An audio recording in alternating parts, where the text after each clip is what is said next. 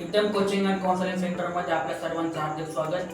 परीक्षा 15वे दिवस असले तेव्हा बऱ्याचशा विद्यार्थ्यांना अभ्यास करत असताना दडपण येतं, टेन्शन येतं, तणाव येतो। मुळामध्ये परीक्षा होण्याचं कारण काय असतं? तुम्ही जो वर्षभर अभ्यास केलेला असतो त्या अभ्यासातून तुम्ही किती घेतलं, किती समजून घेतलं, ही गुणवत्ता तपासण्यासाठीची एक ती प्रक्रिया असते, हे अगोदर समजून घ्या। मुळामध्ये दडपण जर तुम्हाला येत असेल, ताण तणाव जर तुम्हाला येत असेल, टेन्शन तुम्हाला येत असेल, तर तुमच्या विषयावरती किंवा तुम्ही जो अभ्यास केला त्या अभ्यासावरती किती विश्वास आहे हे तपासणं सगळ्यात पहिलं गरजेचं आहे।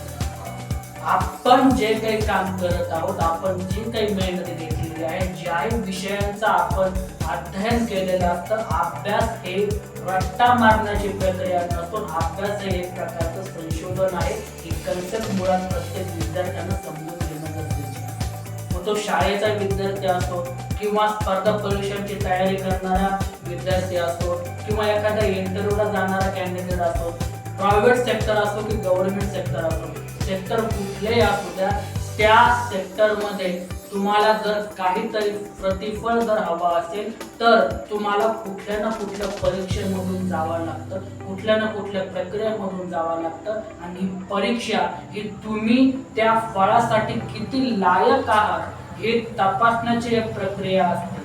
त्यामुळं आपण जे काही काम केलेलं आहे, आपण जे काही मेहनत केलेली आहे, त्या मेहनतीवरती सर्वप्रथम स्वतःला विश्वास असणं खूप गरजेचं आहे।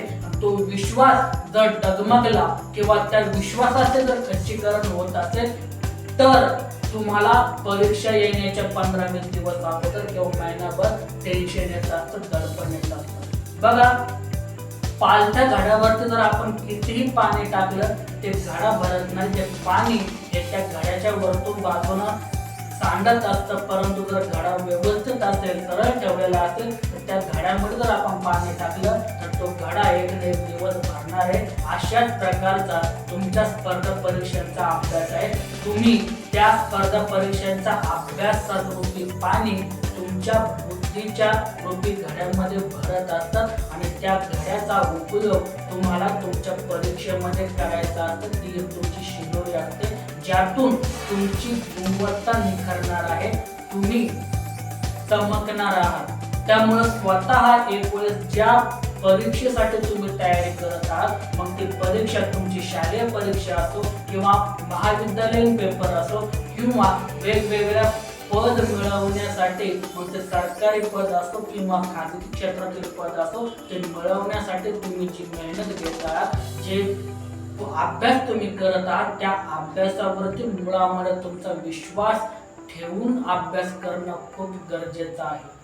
हे करून सुद्धा सगळ्यात अगोदर नुसता रट्टा मारण्याची प्रक्रिया म्हणजे अभ्यास नव्हे। अभ्यास हे एक प्रकारचं संशोधन आहे, एक रिसर्च आहे।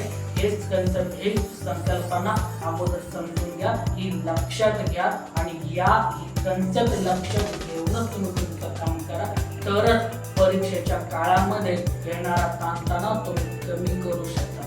सगळ्यात महत्त्वाची दुसरी गोष्ट, जे काही तुम्ही अभ्यास केलाय त्या अभ्यासावरती विचार करा, मनन करा, चिंतन करा। मनन करणे, चिंतन करणं म्हणजे त्याला व्यवस्थितरित्या स्टेप बाय स्टेप आठवणं आणि ते व्यवस्थितरित्या कोऱ्या पाण्यावरती न बघता लिहून काढणं म्हणजे मनन करणं आणि चिंतन करणं। आणि सगळ्यात महत्त्वाचं आहे, सगळ्या ऍक्टिव्हिटी करत असताना गरजेचं आहे ते मेडिटेशन, ध्यान। कारण जोपर्यंत तुमचं मन आणि तुमची बुद्धी, तुमचं डोकं, तुमचं हृदय शांत राहत नाही, शांत होत नाही, तोपर्यंत तुमचं तुमच्या अभ्यासाकडे लक्ष लागत नाही। लक्ष केंद्रित करणं हे गरजेचं आहे आणि हे लक्ष केंद्रित करण्यासाठी तुमची एकाग्रता असणं खूप गरजेचं आहे। आणि एकाग्रता वाढवण्यासाठी मनन, चिंतन या गोष्टी बरोबर गरजेचं आहे ते मेडिटेशन, ध्यान। आणि ध्यान केल्यानंतर, ध्यान केल्यामुळं तुमचं मनही शांत होतं, विचार सुद्धा तुमचे शांत होतात, चवटळणारे जे बुद्धी आहे, नकारात्मक जे विचार तुमच्या डोक्यात येतात, ते विचार येणं कालांतरानं कमी होतं, एक दिवस बंद होतं आणि जेव्हा तुमचं मेडिटेशनची लेवल, ध्यानची लेवल वाढते, तेव्हा तुमची कळत न कळत स्मरणशक्ती वाढते. आणि लक्षात घ्या, जेव्हा ज्ञान तुमच्याकडे वाढतं तेव्हा तुम्ही सहज ते ज्ञान समोरच्या व्यक्तीला वाटू शकता. आणि जगातली ज्ञान ही एकमेव संपत्ती अशी आहे की जी वाटल्यानं वाढते. जितकं तुमच्या जवळचं नॉलेज तुम्ही लोकांसोबत, इतरांसोबत शेअर कराल, त्यांना सांगाल, तेवढी तुमची गुणवत्ता धडकणार आहे. कळत न कळत तुमची स्टेज डेअरिंग वाढणार आहे. बघा, बऱ्याचशा विद्यार्थ्यांना एका समस्येला सामोरं जावं लागतं आणि ती समस्या म्हणजे त्यांनी जो काही अभ्यास केलाय, जे काही ज्ञान मिळवलं, ते ज्ञान दुसऱ्यांच्या समोर प्रेझेंट करता येत नाही. म्हणजेच काय, तर त्या विद्यार्थ्यांमध्ये नेतृत्व कौशल्याची कमी असते. लक्षात घ्या, समोर जाताना घाबरणं किंवा स्टेजवरती उभा राहून जर बोलायला सांगितलं तर बोलता येत नाही, पाय थरथरणं, हातपाय घाम फुटणं, ह्या ऍक्टिव्हिटी होतात. कारण त्या विषयाशी जो काही त्या विद्यार्थ्यानं, त्या व्यक्तीनं अभ्यास केलेला आहे, त्या अभ्यासावरती त्या व्यक्तीचा विश्वास नसतो किंवा त्या व्यक्तीचा तो परिपूर्ण अभ्यास झालेला नसतो. मनामध्ये भीती येण्याचं ते कारण असतं.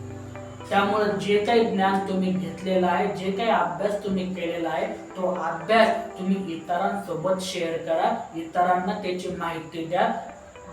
सगळ्यात महत्त्वाचं, गट चर्चेमधून जर कॉम्पिटिटिव्ह एक्झामिनेशनचा किंवा कुठल्याही एक्झामिनेशनचा जर अभ्यास केला तर तो जास्तीत जास्त फायद्याचा होतो. कारण विषय जास्त आहेत, कॉम्पिटिटर्स जास्त आहेत. तुमचे जर गट चर्चेमधून जर अभ्यास होत असेल तर एका व्यक्तीला मराठीचा विषय, दुसऱ्या व्यक्तीला हिंदीचा विषय, तिसऱ्या व्यक्तीला IQ टेस्टचा विषय, असे विषय जर वाटून दिले, ती व्यक्ती त्या विषयावर जास्तीत जास्त अभ्यास करेल, जास्तीत जास्त शोध घेण्याचं काम करेल आणि हे सगळं संकलन ॲट अ टाइम प्रत्येकाला सगळ्या विषयाचं मिळेल. त्यामुळं गट चर्चेला जास्तीत जास्त प्राधान्य द्या.